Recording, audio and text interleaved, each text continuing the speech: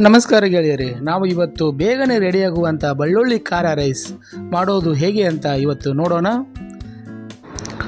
ಅದಕ್ಕೀಗ ನಾನು ಮೊದಲಿಗೆ 10 ರಿಂದ 15 ಬೆಳ್ಳುಳ್ಳಿ ಎಸಳು ಮತ್ತು 1 ಟೇಬಲ್ ಸ್ಪೂನ್ ಅಚ್ಚ ಖಾರದ ಪುಡಿ ಹಾಕಿ ಚೆನ್ನಾಗಿ ಮಿಕ್ಸ್ ಮಾಡ್ಕೊಳ್ಳೋಣ. ನಂತರ ಸ್ವಲ್ಪ ಶುಂಠಿ ಹಾಕಿ ಮಿಕ್ಸ್ ಮಾಡ್ಕೊಳ್ಳೋಣ.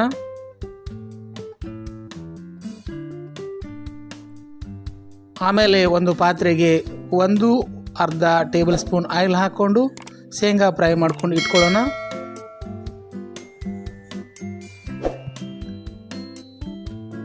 ಇದು ಫ್ರೈ ಆದಮೇಲೆ 2 ಒಣ ಮೆಣಸನ್ನು ಫ್ರೈ ಮಾಡಿ ಇಟ್ಕೊಳ್ಬೇಕು. ಒಣ ಮೆಣಸು ಹಾಕಿದರೆ ತಿನ್ನಲಿಕ್ಕೆ ಸ್ವಲ್ಪ ಚೆನ್ನಾಗಿರ್ತದೆ. ಒಣ ಮೆಣಸು ಹಾಕಿ ಫ್ರೈ ಮಾಡ್ಕೊಂಡು ತಗೊಳ್ಳೋಣ. ಈಗ ನಂತರ ಸ್ವಲ್ಪ ಸಾಸಿವೆ, ಸ್ವಲ್ಪ ಜೀರಿಗೆ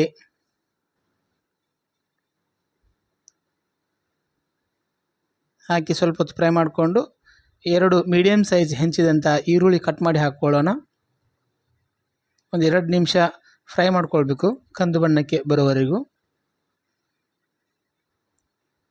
ಕಂದು ಬಣ್ಣಕ್ಕೆ ಬಂದಾದಮೇಲೆ ಒಂದು 5 ರಿಂದ 6 ಕರಿಬೇವಿನ ಎಲೆ ಹಾಕಬೇಕು. ಚೆನ್ನಾಗಿ ಮಿಕ್ಸ್ ಮಾಡ್ಕೊಂಡು ಇಟ್ಕೊಳ್ಳೋಣ.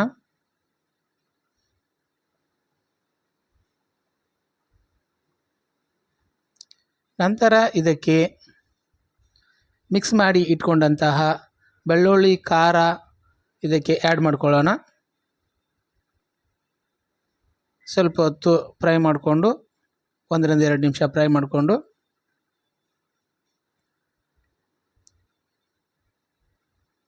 ಫ್ರೈ ಆದಮೇಲೆ ಸ್ವಲ್ಪ ಅರಿಶಿನ ಹುಡಿ 1 ಟೇಬಲ್ ಸ್ಪೂನಲ್ಲಿ 1/4 ಭಾಗ ಹಾಕಿದರೆ ಸಾಕು. ಒಂದು ಅರ್ಧ ಟೇಬಲ್ ಸ್ಪೂನು ಖಾರ, ಅಚ್ಚ ಖಾರದ ಪುಡಿ ಹಾಕಿ ಮತ್ತೆ ಫ್ರೈ ಮಾಡ್ಕೊಳ್ಳೋಣ. ಇದಕ್ಕೆ ರುಚಿಗೆ ತಕ್ಕಷ್ಟು ಉಪ್ಪನ್ನು ಸೇರಿಸ್ಕೊಳ್ಳಿ.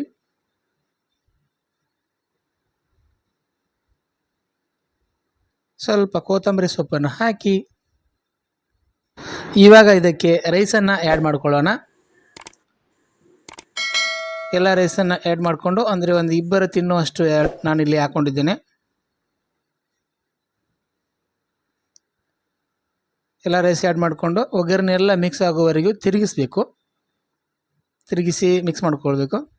ಬೆಂಕಿ ಲೋವಲ್ಲಿ ಇರಲಿ, ನಿಧಾನಕ್ಕೆ. ನಂತರ ಫ್ರೈ ಮಾಡಿ ಇಟ್ಕೊಂಡಂಥ ಶೇಂಗಾ ಹಾಕಿ ಮಿಕ್ಸ್ ಮಾಡ್ಕೊಳ್ಳೋಣ. ಸ್ವಲ್ಪ ಕೊತ್ತಂಬರಿ ಸೊಪ್ಪು ಸೇರಿಸಿ ಮಿಕ್ಸ್ ಮಾಡಿಕೊಂಡು ಸ್ವಲ್ಪ ತಿರುಗಿಸಿದರೆ ಬೆಳ್ಳುಳ್ಳಿ ಖಾರ ರೈಸ್ ತಿನ್ನಲು ರೆಡಿಯಾಗಿದೆ. ಈಗ ಒಂದು ಸಾರಿ ನೀವು ಸಹ ಟ್ರೈ ಮಾಡಿ ನೋಡಿ, ತಿನ್ನಲು ರುಚಿಯಾಗಿರ್ತದೆ, ಡಿಫ್ರೆಂಟ್ ಆಗಿರ್ತದೆ. ಧನ್ಯವಾದಗಳು.